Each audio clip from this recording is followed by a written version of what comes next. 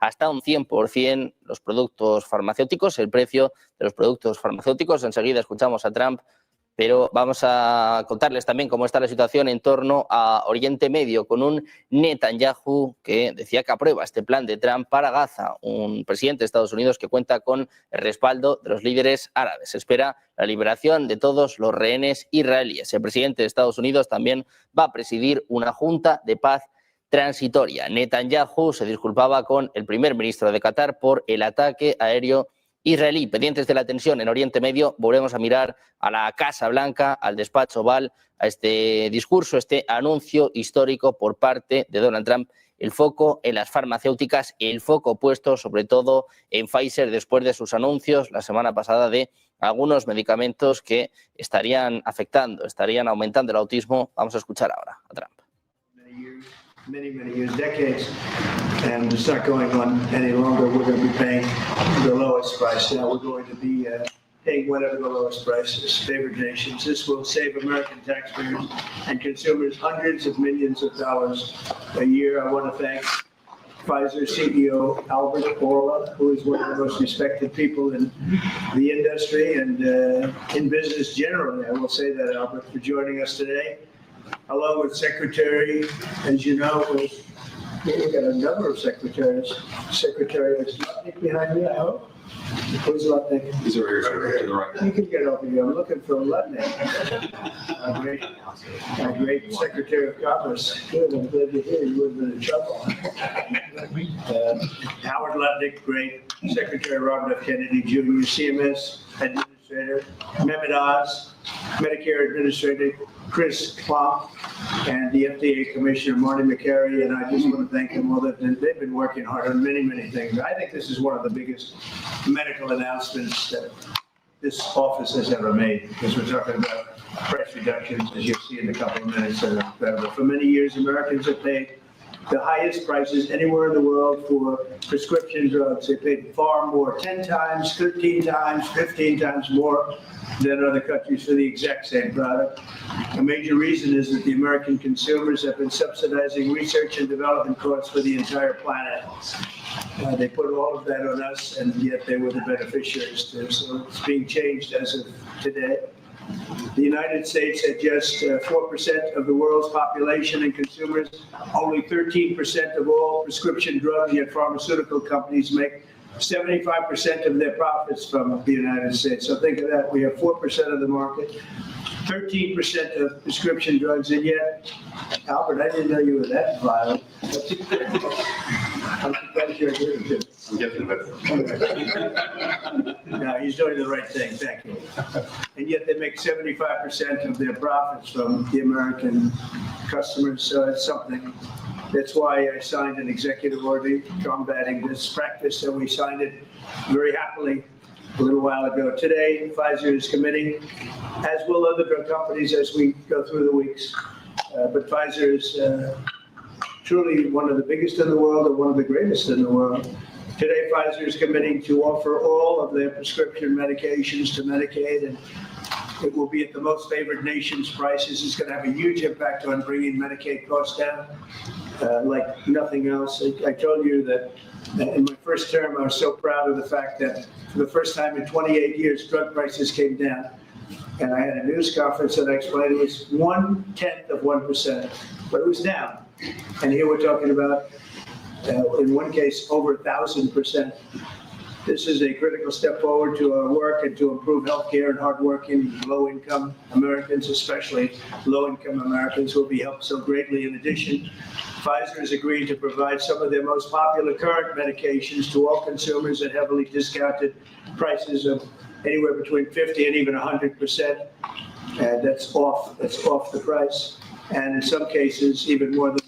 These drugs will be available for direct purchase online at a website operated by the federal government. We're also announcing that moving forward, all new medications introduced by Pfizer to the American market will be sold at the reduced most favored nation cost. So we'll be paying essentially what other countries are paying, who have been much lower for many years.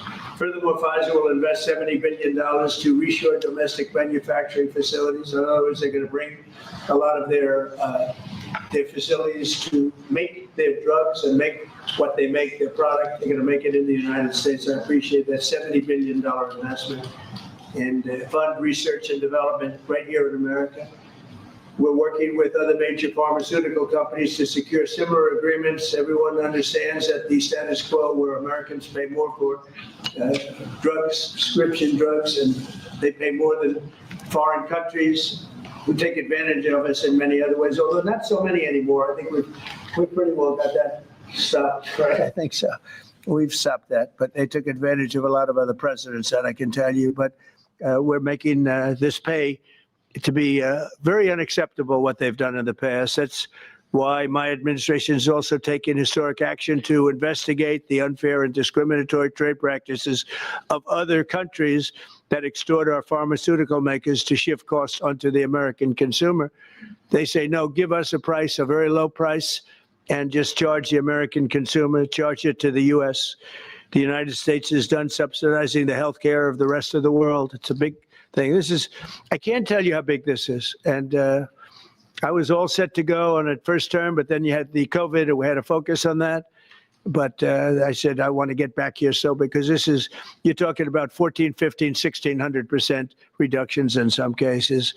But by taking this bold step, we're ending the era of global price gouging at the expense of American families, and we're making America healthy again, which is our little theme for the people behind me. And I want to just ask Secretary Kennedy to come up, and we'll start, and we'll go through it with Oz and Klomp and Burla and McCary, and we'll go through it. And if you have any questions, but this is a really big announcement. This is something that most people said was not doable.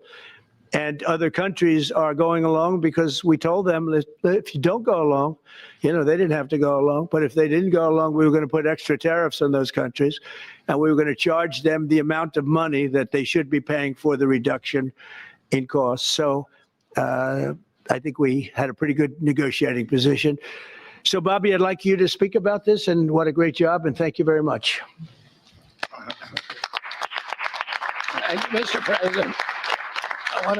Pendientes de este anuncio de Donald Trump, que dice que va a haber un descuento del 50 al 100%, en algunos casos más que eso, en los productos farmacéuticos de Pfizer. Dice que va a ayudar a reducir los costes del Medicaid y que Pfizer acordó ofrecer descuentos. Pendientes de las palabras de Robert Kennedy, pueden seguir toda la comparecencia en nuestro canal de YouTube. Nosotros vamos a seguir mirando a las últimas horas, vamos a seguir mirando a Oriente Medio, este plan de posguerra de Trump que incluye un organismo internacional para gobernar la franja con el exmandatario británico Tony Blair. Netanyahu advierte que si jamás rechaza la propuesta de la Casa Blanca, va a terminar el trabajo él solo. But if Hamas rejects your plan, Mr. President, or if they supposedly accept it and then basically do everything to counter it, then Israel will finish the job by itself. This can be done the easy way, or it can be done the hard way, but it will be done. We prefer the easy way, but it has to be done. Pendientes también de la reacción en Europa, les contamos que el canciller alemán Friedrich Merz afirmaba este martes que el plan de 20 puntos para Gaza presentado por el presidente de Estados Unidos, Donald Trump, es la mejor oportunidad para poner fin a la guerra. Expresó la disposición de Alemania a participar en la aplicación del mismo y recordó que ahora es Hamas la que debe aceptar el acuerdo pactado con Netanyahu. En un comunicado, el portavoz del gobierno alemán subrayaba que Merz celebró el plan de Trump, calificando de avance significativo el hecho de que Israel lo apoye. Destacó que ahora Hamas debe dar su consentimiento y allanar el camino hacia la paz. También miramos a las declaraciones por parte del primer ministro británico. Keir Starmer apoya a Donald Trump. Asegura que este plan sirve y defiende la solución de dos estados.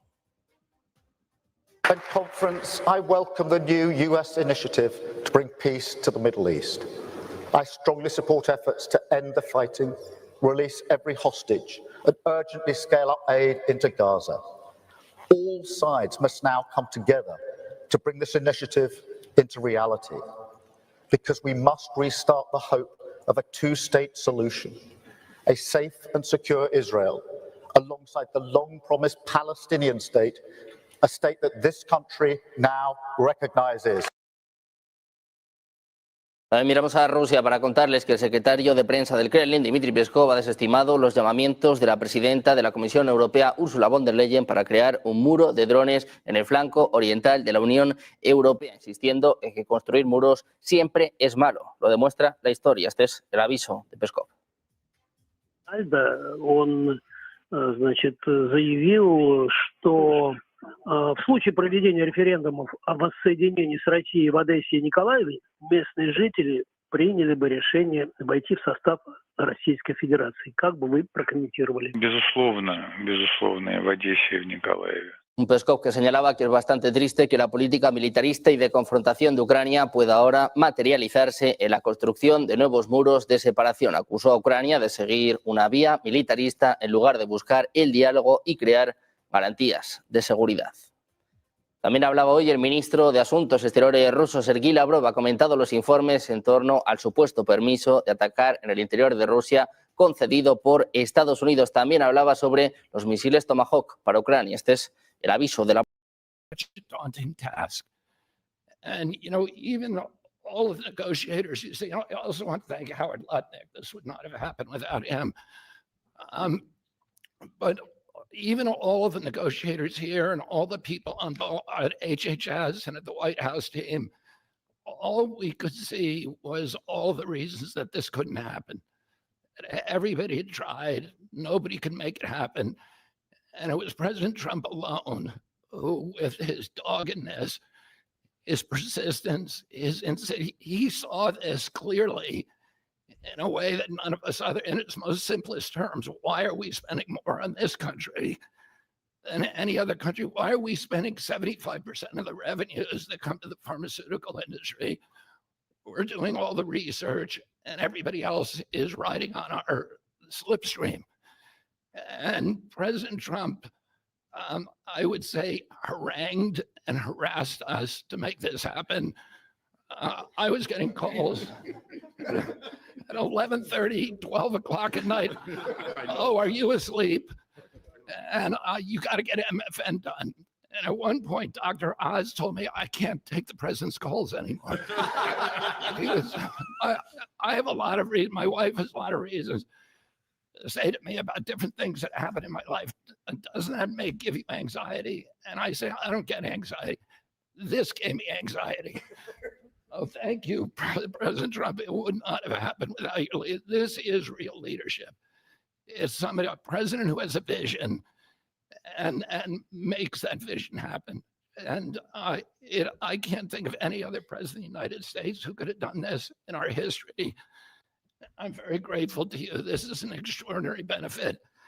The American people, thank you for your vision, President Trump, your bold action, your unwavering commitment to health and well-being of the American people. Never has a president stood up so bravely for the American people with respect to healthcare. And I, by the way, I forgot to thank Albert Berle. Albert and I have had a long history of antipathy and antagonism toward each other. But I have to say his leadership in this took tremendous courage. And he really created a template for corporate responsibility, for putting public health ahead of his individual interests. So I'm very, very grateful to you for that, Albert. Under the leadership of President Trump, the U.S. government is now acting as a tough negotiator on behalf of the American people. Today is about fairness, it's about equality, it's about giving hope to those who are trying to stay healthy, who are managing illness and who are fighting for their lives. We refuse to make the most vulnerable citizens continue to pay an unthinkable price for the world's pharmaceutical breakthroughs, which we pay for. This policy is a shield for the chronically ill who have carried the burden of high drug costs for far too long. It's a signal to every American family that we're finally putting their health and financial security first. And it sets a new standard, one that says we won't write blank checks to the drug industry any longer. No family should ever be forced to choose between filling a prescription and putting food on the table. Americans should not be gouged paying 300 or 400 or 1,000% more than people in other countries for the exact same drug, many times manufactured by in the same factory in New Jersey. and sold in Great Britain for 1/10 the price that it's being sold for here. This week, and I was with some friends up in Martha's Vineyard, and an old friend, one of my oldest friends, his wife and daughter have a chronic disease. And that chronic disease last year cost $150,000 to treat. And the mother had to choose whether she was going to take that money and spend it on her or her daughter. And she spent it on her daughter. So she had to make that choice. It's a choice that no mother should have to make. We did a roundtable recently on drug prices. One patient spent more than $180,000 on one drug. One cashed in all of her savings and worked 3 jobs to make ends meet. One almost quit her job and moved to Germany to get the drug cheaper. Some looked at getting the drug on unsafe secondary markets because they could not afford it through the legitimate markets. Today, we begin to right that ship. For the mother trying to help her child get better, for a grandmother at the pharmacy counter, and for millions of Americans who want to restore their health. Today is about another promise made by President Trump and another promise kept by President Trump to the American people. And it's only just the beginning. This is all thanks to your unwavering leadership, Mr. President. Thank you. Thank you.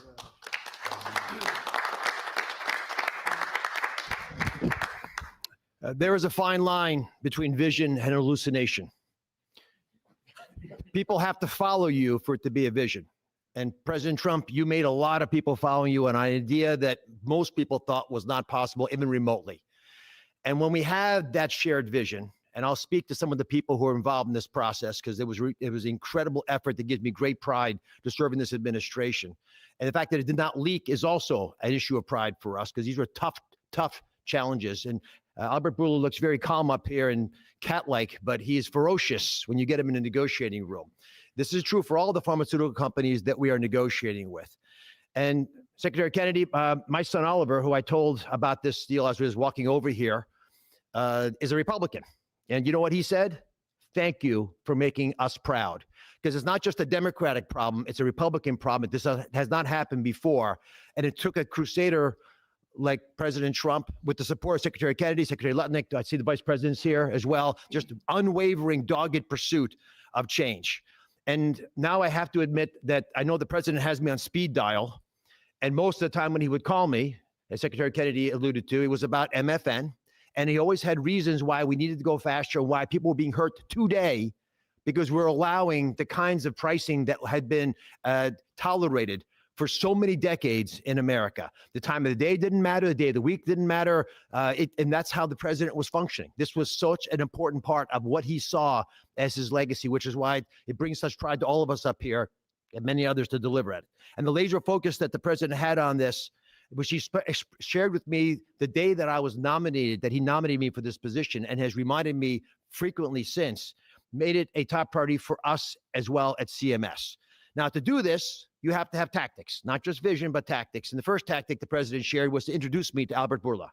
He took us to dinner with Secretary Kennedy, and he argued, and he's a great deal maker, as you know, that if you're going to make a deal of this scope, of this nature, you need trust. So the president lit the kindling. He got the embers going, but he needed us to nurture that beginning of a fire so they would blaze into what today we can announce as the grand deal, one of the greatest ever, certainly in the space of pharmaceuticals.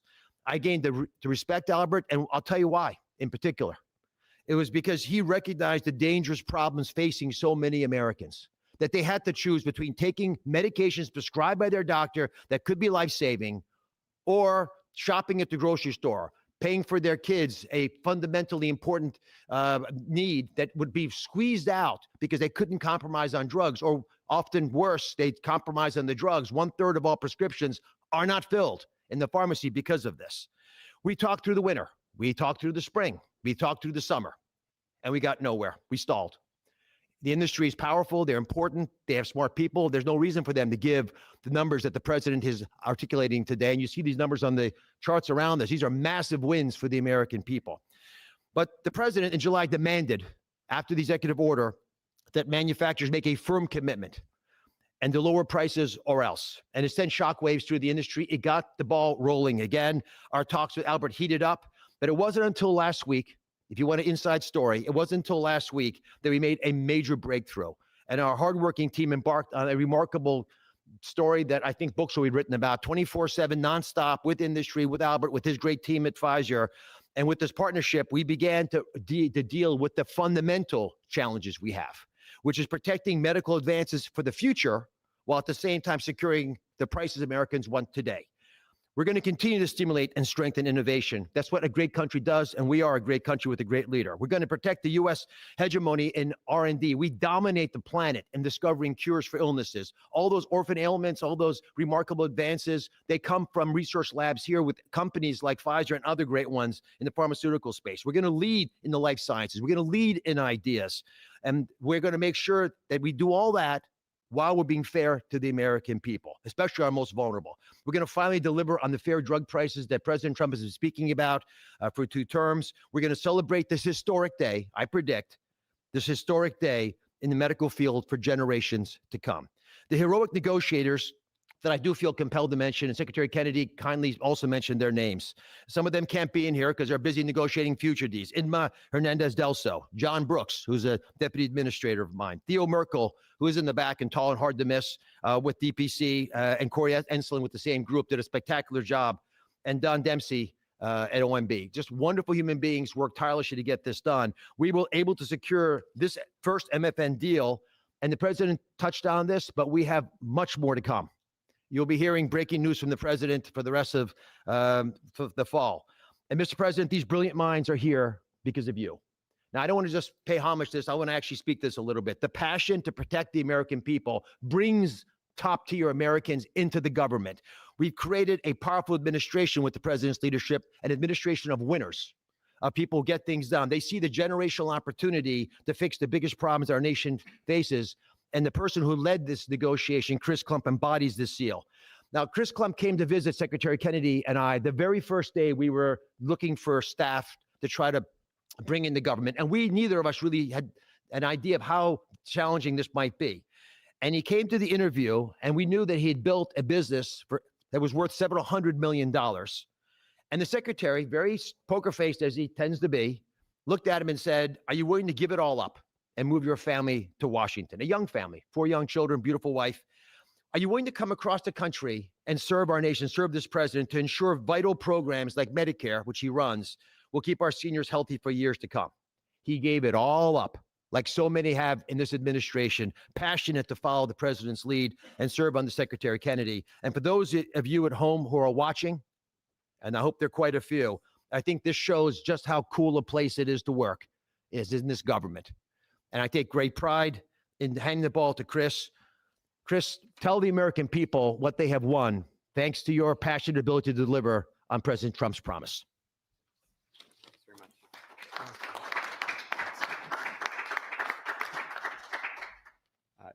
Thank you, Mr. President. You have enabled something that as recently as last night, nearly everyone has said was impossible. And Secretary Kennedy and Administrator Oz, thank you for having trust in us as a negotiating team to drive this forward on behalf of the American people. It is an absolute honor and privilege. And Mr. Borla,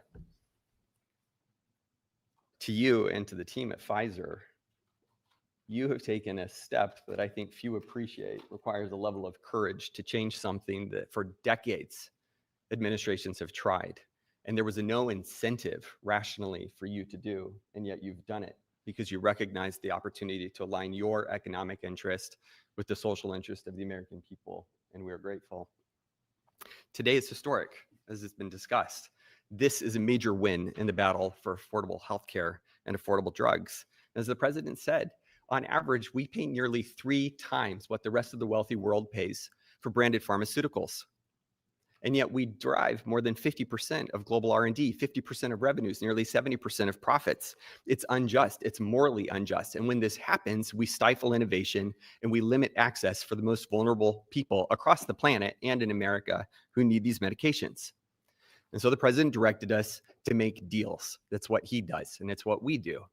And all great deals, and this is a great deal, are rooted in principles. And this deal was rooted in the principle of fairness. Now, the president could have directed us to go to the poorest country on the planet and find the cheapest price for every single drug and bring that back to the United States and use the might of the government to insist that that's the price we pay. And that might have worked actually for just a little bit, but very quickly, it would have utterly destroyed innovation in pharmaceuticals. It would have destroyed American primacy in building life-saving medications. There are nearly 20,000 known diseases on the planet. We have treatments or cures for far fewer than 10% of them. So that would have been a bad strategy, and it would have limited access to those who need those medications the most. But he didn't call for that. He didn't call for 50% lower than the lowest price on the planet. What he called for was fairness. And that's a powerful principle because we all grow up wanting to be on the right side of fair.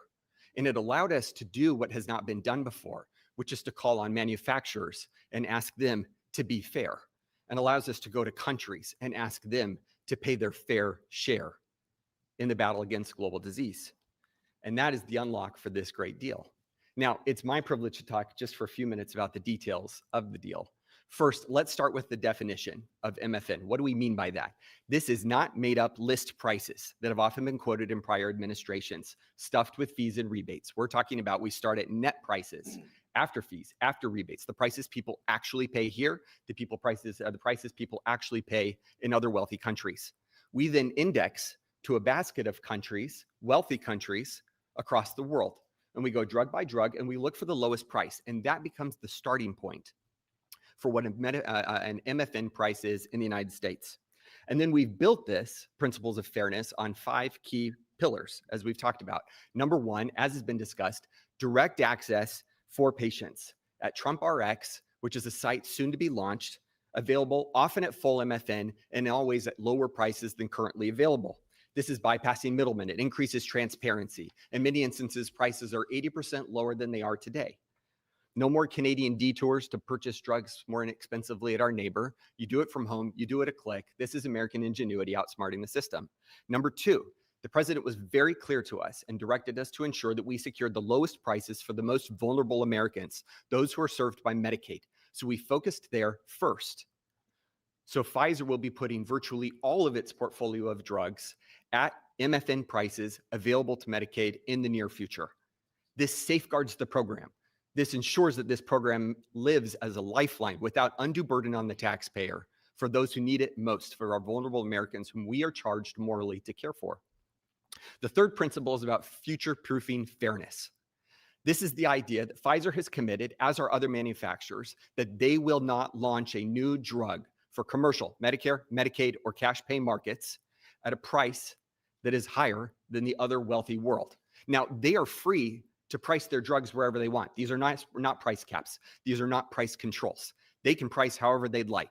We're simply asking them, and they are committing not to undercut us in other countries. This is an essential principle. This allows us to retrain other countries to appropriately value innovation for their citizens, to appropriately understand what fair share means, to contribute global R&D. This allows us not to compromise access for those who need it most. And this is a powerful commitment. The fourth principle is around shared savings. As our commerce colleagues and as our US trade representative colleagues succeed in encouraging other countries to pay more for existing medications, a portion of that will go to fund additional R&D. And a portion of that will repatriate back to the United States to offset prices, lower prices further for Americans on those existing drugs. And the fifth principle, as discussed, with hats off to Secretary Lutnick and Ambassador Jameson Greer from US Trade, is about Pfizer committing to onshore 100% of the value of all imports that it currently imports to the United States, thus ensuring that we seal our great American resurgence. If you're watching this right now and you have been looking for evidence that this is a president who knows and cares about you, who is fighting for you, who is fighting for every American, this is Exhibit A. This is not an empty promise. It's not platitudes. It's not lacking a plan. These are hard contracts with teeth, lowering prices now that we will all feel. These are the most significant, historical, substantive, mathematically quantified price reductions in the history of our country and modern-day pharmaceuticals. I cannot thank you enough for your leadership in enabling this to happen. It is an absolute pleasure. The president has showed us that the impossible can be achieved, and that is what's happened today. God bless America. With that in mind, It is my absolute pleasure to introduce Albert Bourla, CEO of Pfizer.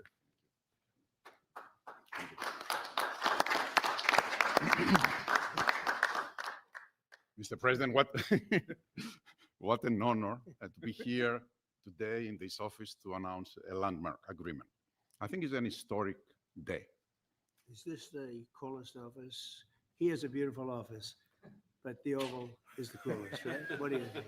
I think by far. Huh? And I have seen other presidents' offices. There's nothing like that. Yeah, it's good office. Yeah.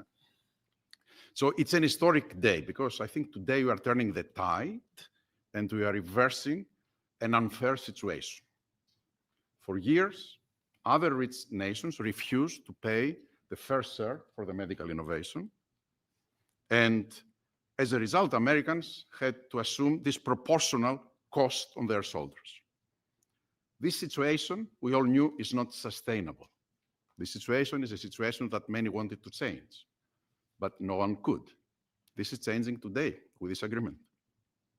In July, the president sent to me and other heads of pharmaceutical companies a letter. And over there, he articulated 4 specific requests. These requests, it was obvious to us, were designed to lower drug cost in the America in different ways, each one of them.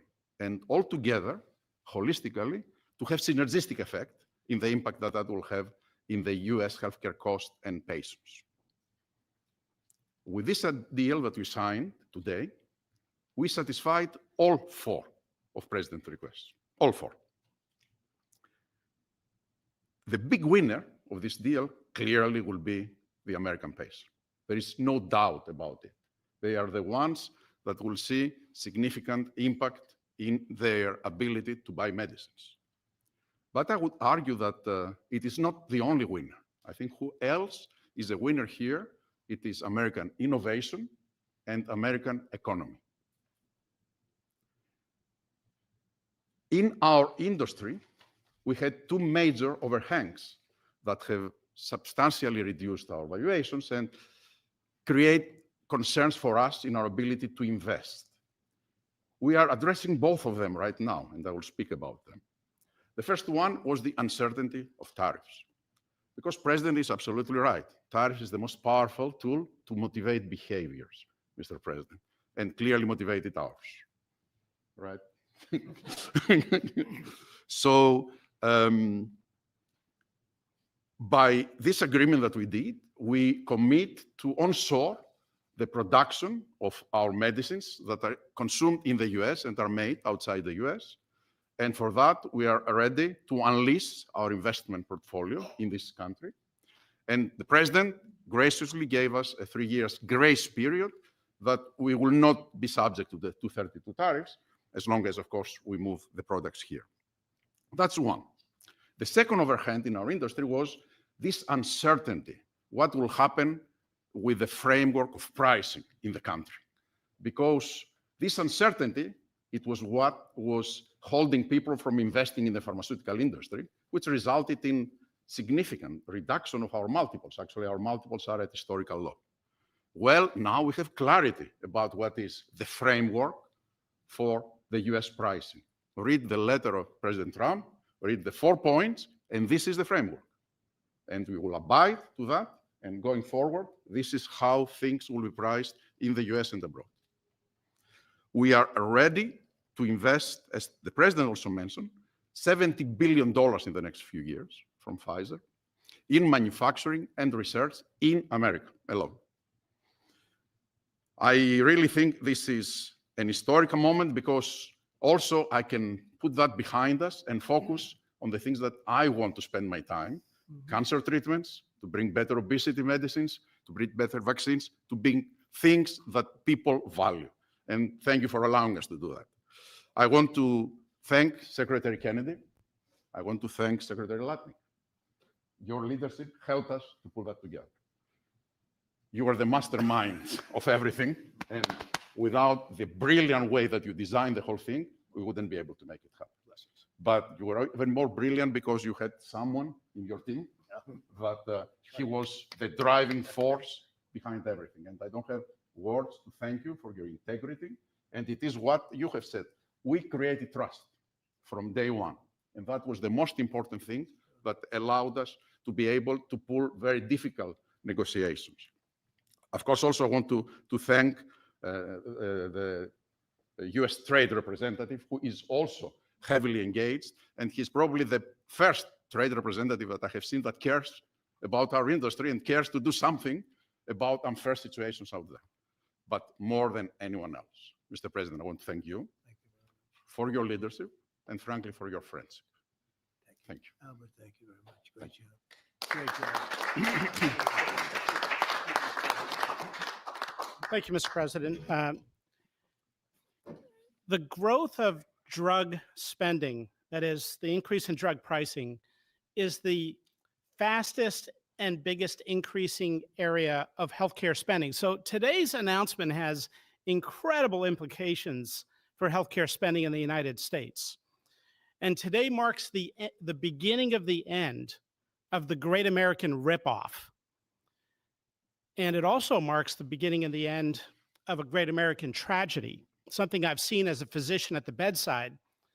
Patients getting spun up into a financial rage, doing GoFundMe campaigns online, sending repeat reminders, asking people to donate, getting their churches to pass the offering plate from pew to pew, Sunday after Sunday, to try to get enough money to pay for a drug in the United States, a drug that's 5 or 10 times more expensive than the same drug in France or Germany or the UK.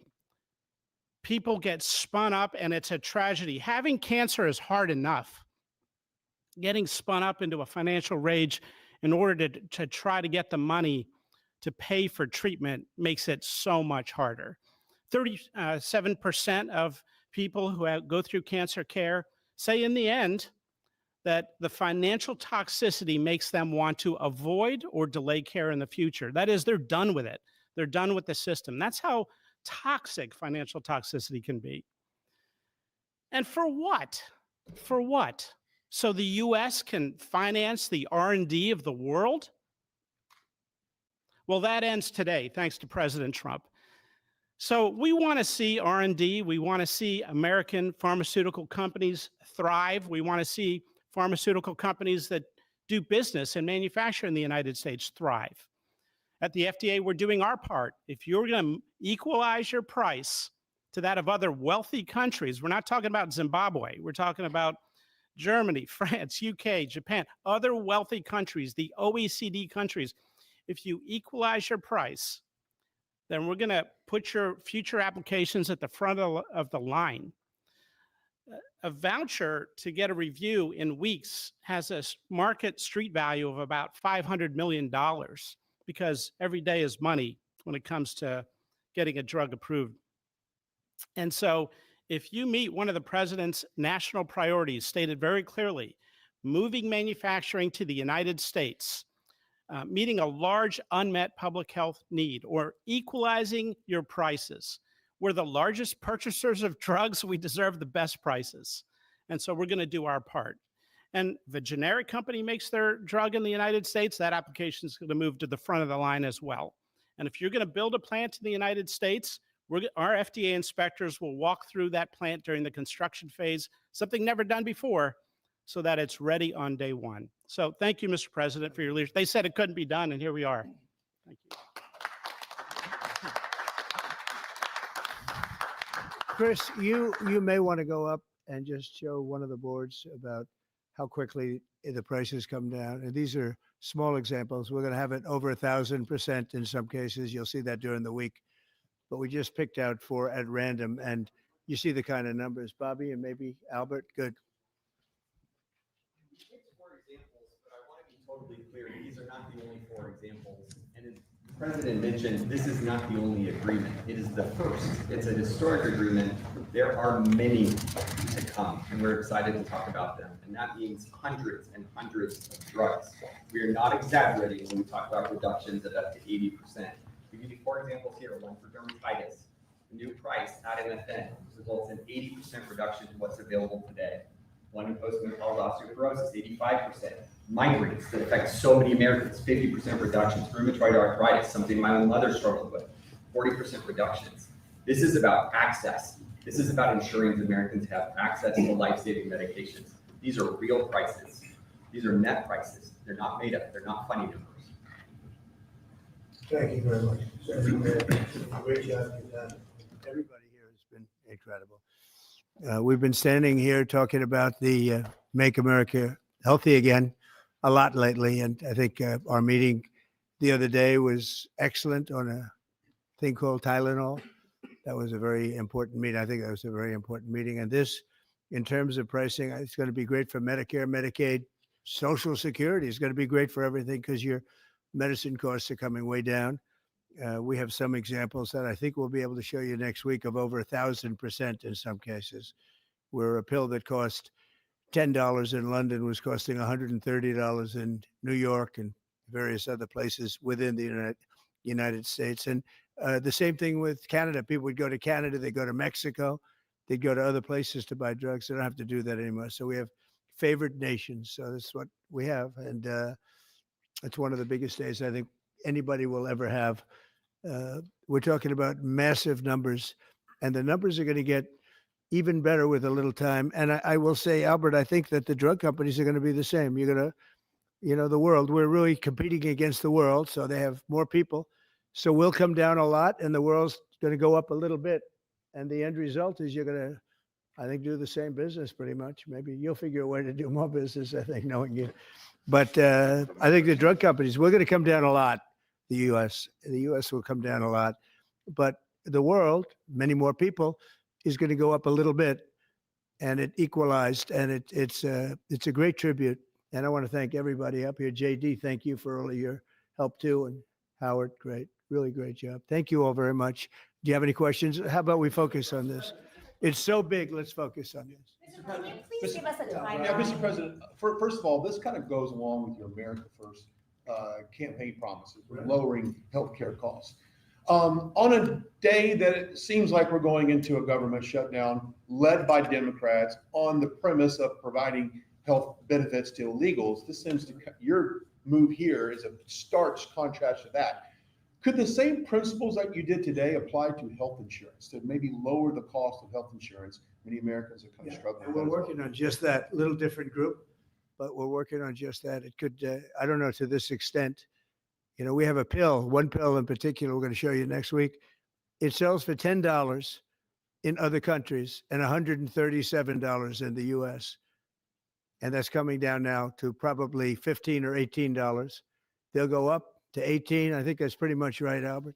It's not you, but they'll go up to 18 and we'll come down from 135 or whatever down to 18.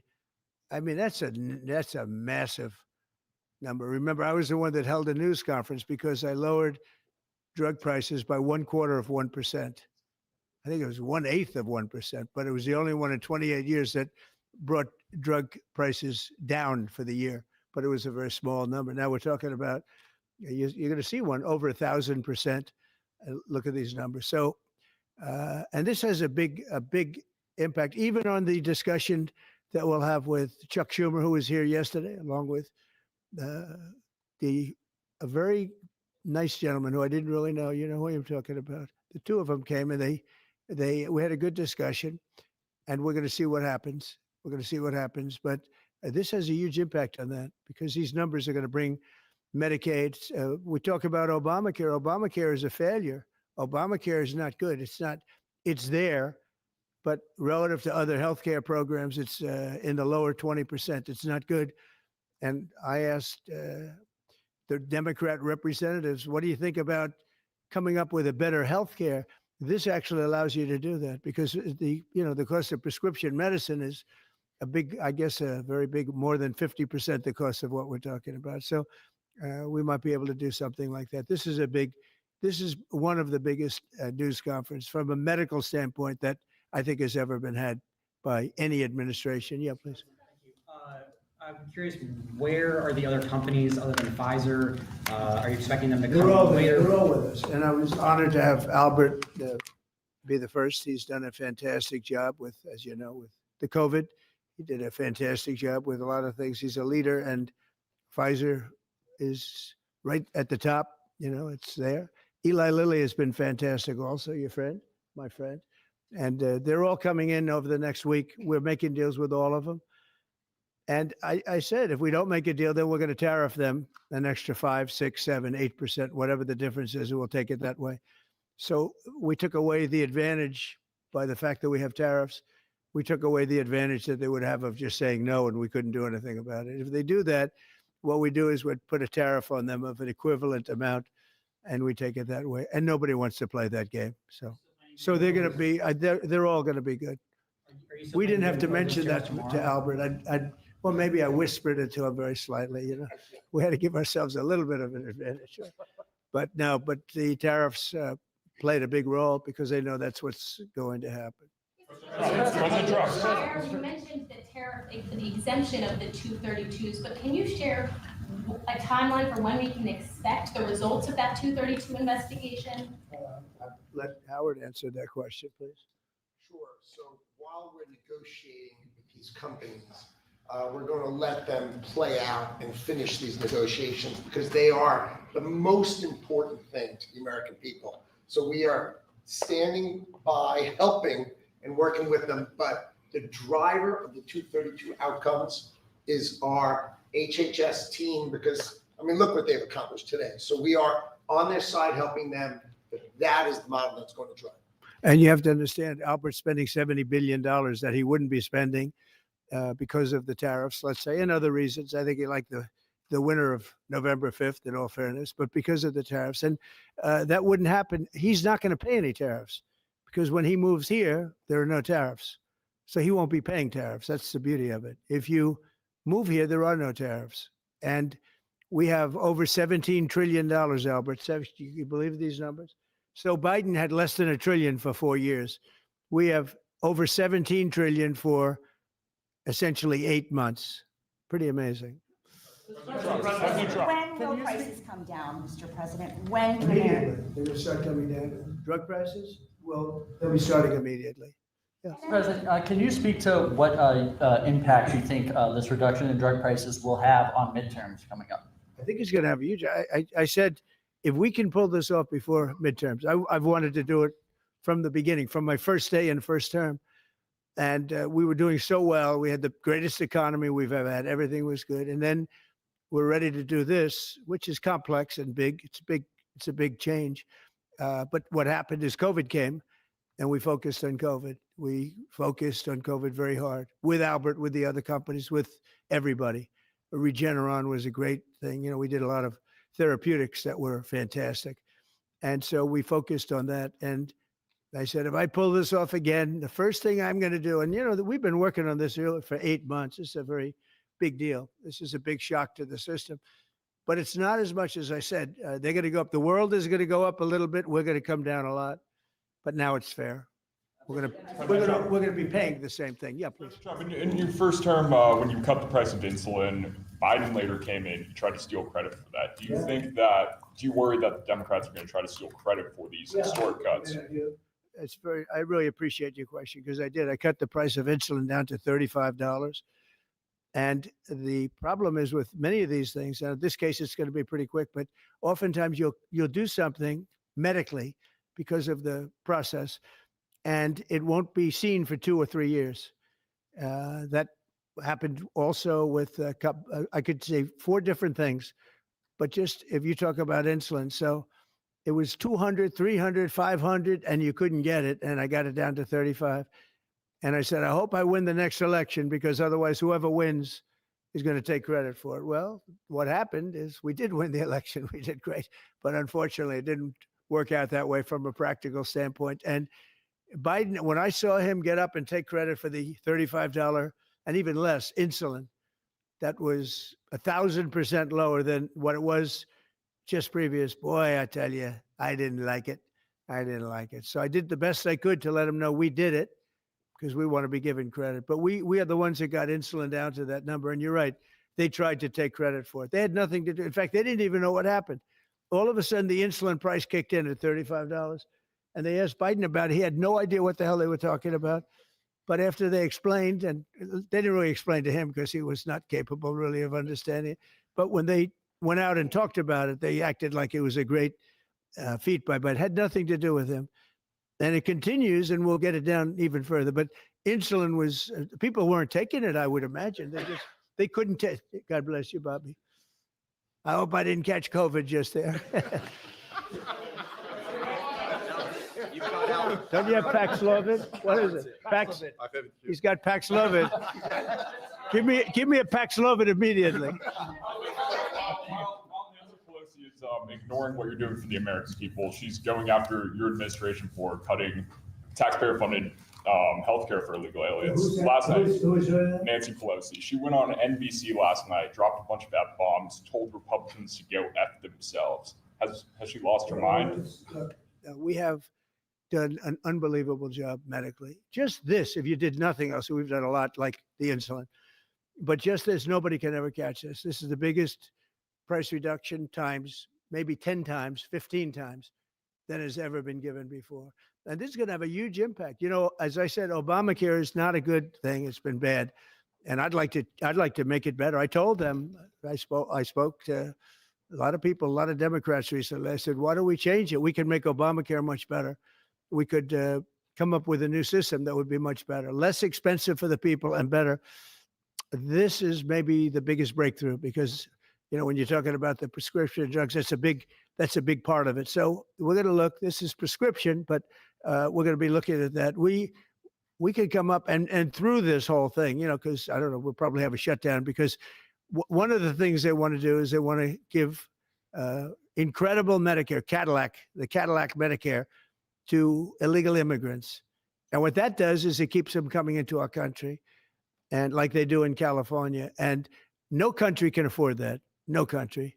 And we have the border stopped up. We have it closed. We have nobody for 4 months. Zero people came in. That wasn't me. That's by the authorities who happen to be liberally oriented. But just think of that. We have people offering health care to people all over the world that they can't afford to pay. And that's the Democrats. And what happens, what that does is it brings people into the country because they want to come in for the health care. But no country can afford it, and they can't afford it. So we cannot allow them to charge tremendous amounts of money for health care for people that aren't even citizens. And in many cases, they come in from prisons, jails, and mental institutions. And we can't let that happen. So we have a big fight over that. We have a fight over open borders. They still want open borders. We're having a fight over men and women's sports, if you believe it. You would have thought they would have learned that it's not a good issue. And we have a fight in transgender, as you know, transgender for everybody. And that, when you talk medically, that's a lot of money too. That's a lot.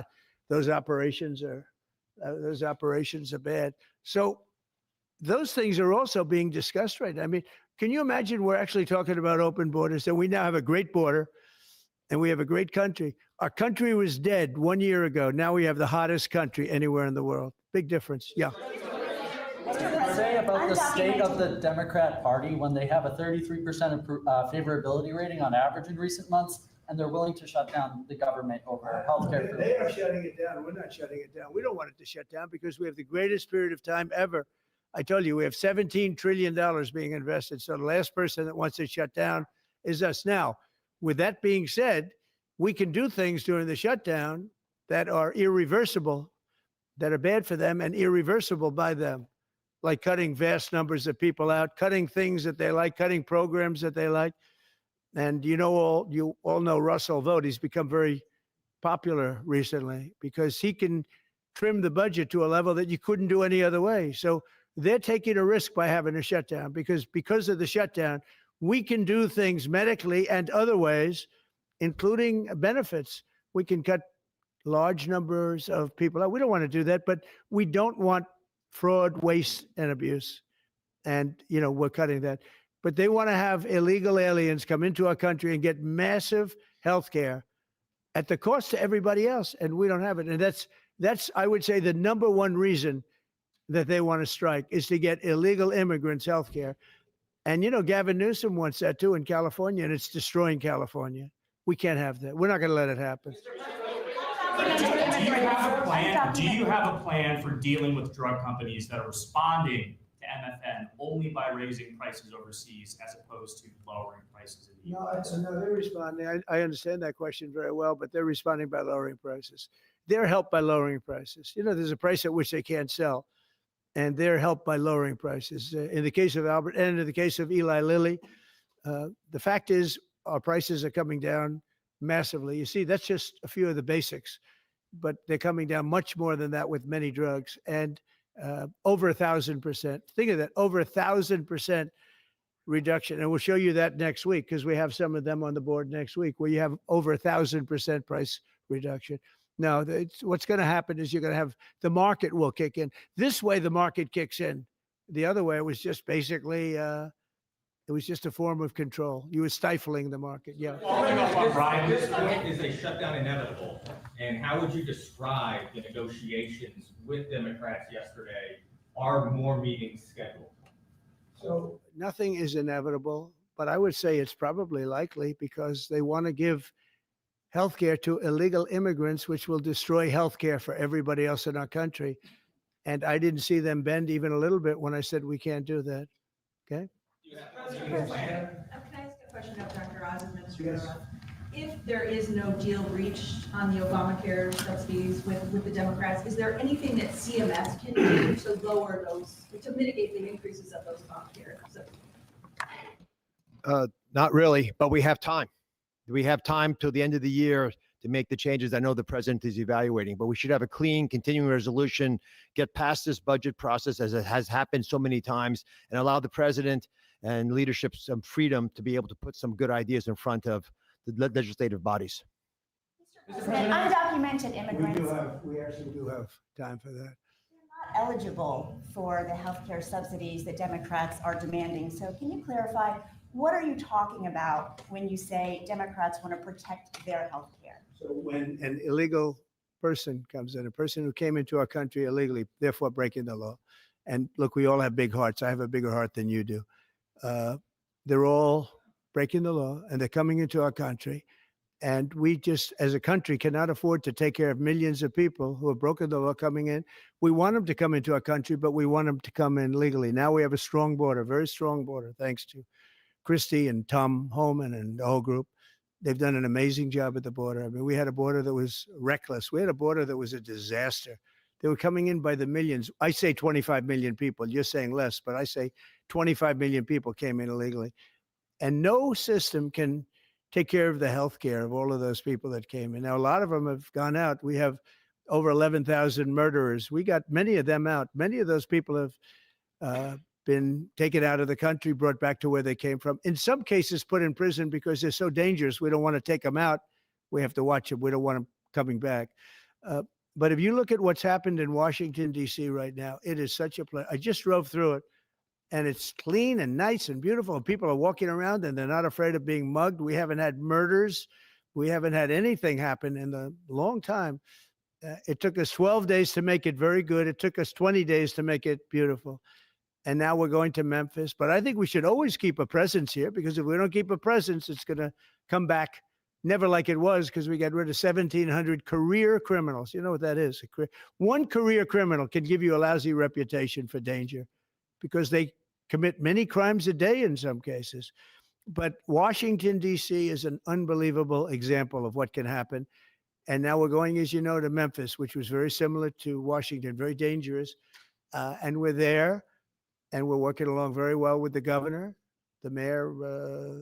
A lot of these Democrat mayors, you know what they don't want to have us do well, because if we do well, it makes them look bad, and they shouldn't feel that way. If I were a Democrat and I was a governor or mayor, I'd be calling Trump. I'd say, get your troops over here, just help, because the mayor of Washington is getting a lot of credit for what we did, a lot of credit. But the beauty is, isn't it nice? Seriously, you walk down the street, you're not going to be mugged. You're not going to be hit. We had a meeting about 3-4 months ago, and I was saying to the media, how many of you people have been threatened or mugged or accosted during your walk to the White House? And they said, we don't walk to the White House anymore. But the answer was, remember, Brian, almost everybody's, look at this guy. They even attacked this big, strong guy, right? Didn't you get attacked? Did you? But yeah, just take a look at the other guy, right? What happened to the other guy? I don't know. Those other guys are pretty tough. They're tough with a gun in their hand, right? And yeah, you were hit pretty hard. But almost everybody was. And now, nobody. Anybody been accosted in the last 3 weeks?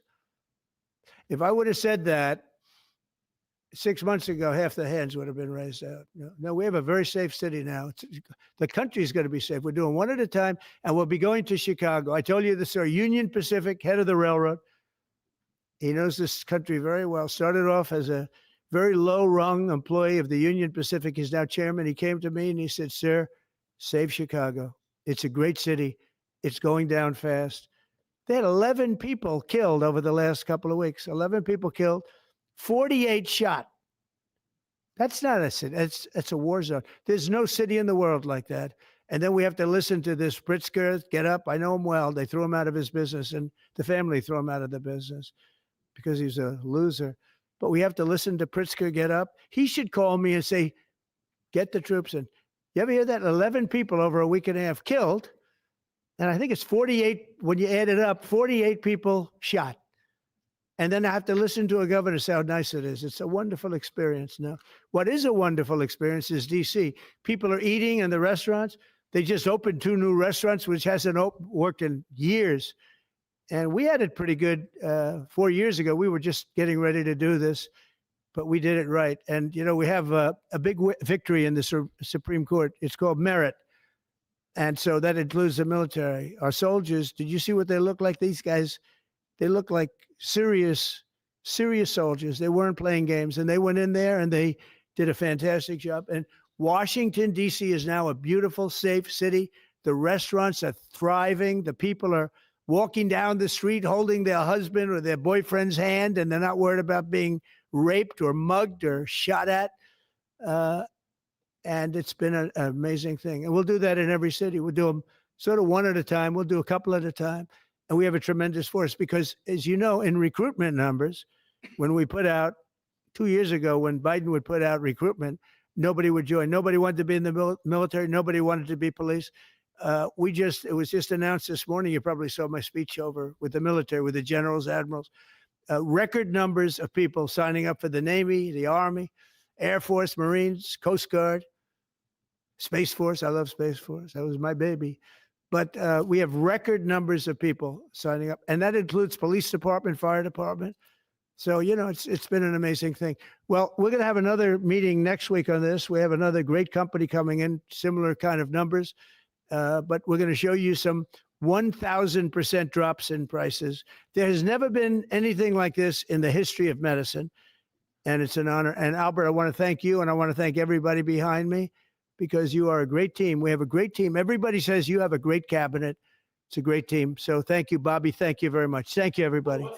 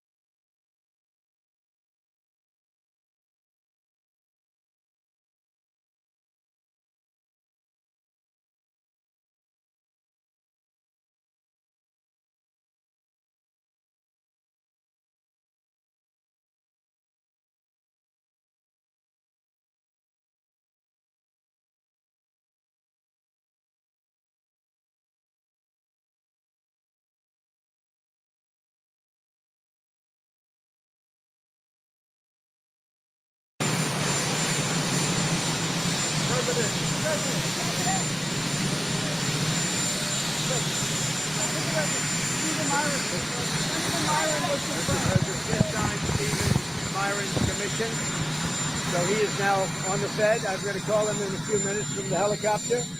And he's a good man. Most of you know him. He's very talented. He'll have a big influence on this, on Too Late getting his rates down, I guess. Who knows? You never know with Too Late, but he's done a lousy job. The rate should be much lower, much lower. But I just signed his document and all of the papers, and Steve Myron is now on. Did you find the independence on the Federal Reserve? Round of tension is now underway down in Korea.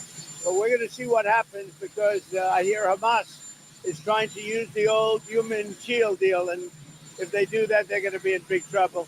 They're going to be in big trouble. They put it out 2 days ago that they're going to use the hostages as human shields. That's something that hasn't done for a long time, you know.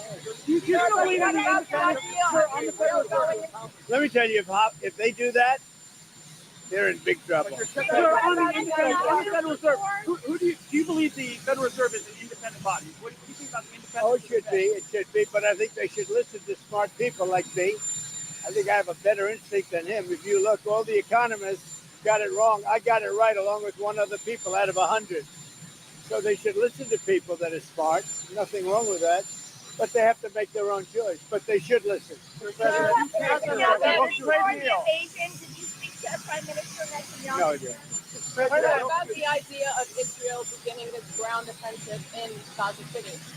Do you support that? Well, I have to see. I mean, I don't know too much about it. I can tell you that if they put the hostages in front of them, Hamas, as protection, as they call them bodyguards, Hamas is going to have hell to pay.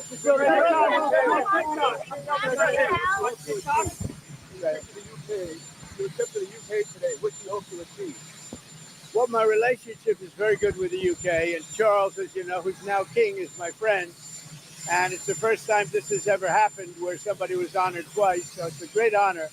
And this one's at Windsor. They've never used Windsor Castle for this before. They used Buckingham Palace. And I don't want to say one's better than the other, but they say Windsor Castle is the ultimate, right? So it's going to be nice. But basically, I'm there also on trade.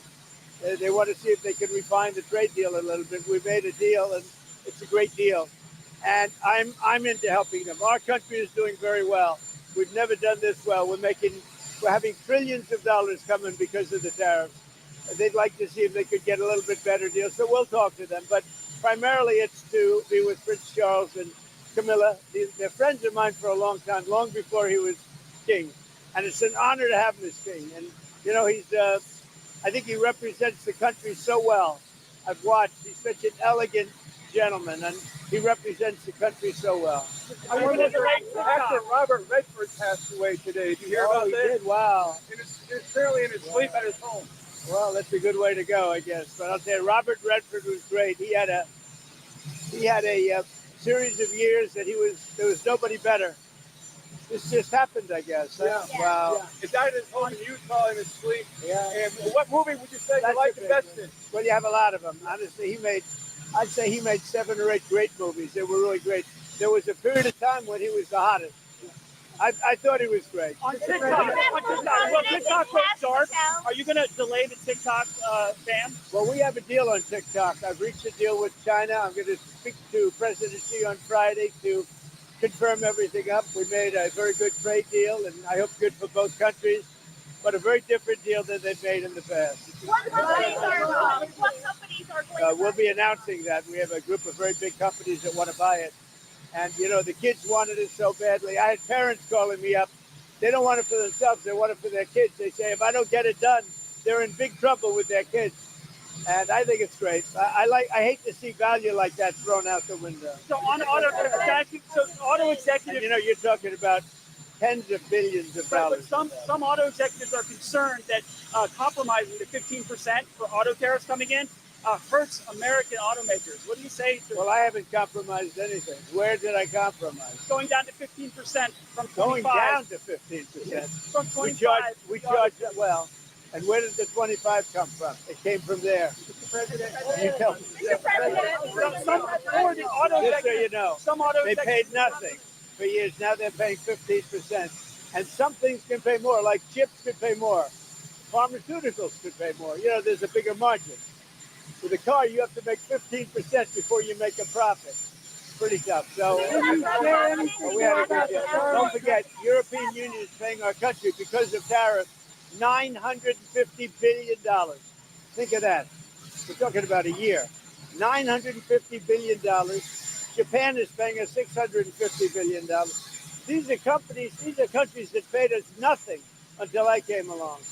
And China's paying us a tremendous tariff. You know what the tariff is, right? You know what the tariff they're paying us? Yeah. What? Yeah, so it's 30% for the fentanyl as well as whatever for the 301. 20% for the fentanyl. But the overall is about 55%. Okay? That's as opposed to nothing. Would you say that's a difference? We have a big decision coming up, and if the Supreme Court rules the way hopefully they will, because I mean every legal expert said we win that case, but you still have to watch. And the Supreme Court's been terrific. I think they're very fair. All I want is fairness, and we win. But if we win the Supreme Court case, which is the finalization of tariffs, we will be by far the richest country anywhere in the world, and we'll be able to help our people more, and we'll be able to help other countries when we want to. But I will say, if we win that case, our country, you see what we've taken in just on a temporary basis. We've taken in trillions of dollars, trillions with a T, and we will be by far the richest country in the world. There'll be nothing else. And one other thing, we'll have tremendous power to negotiate. The use of tariffs, I settled 7 wars. 4 of them was because I was able to use tariffs. Hope Leo the other day in an interview criticized the fact that some CEOs make hundreds of times more in salary than average workers. He's worried about polarization. Yeah. Do you share that concern? Well, I do say there's a big gap. I do say that. Don't forget, I'm a popularist.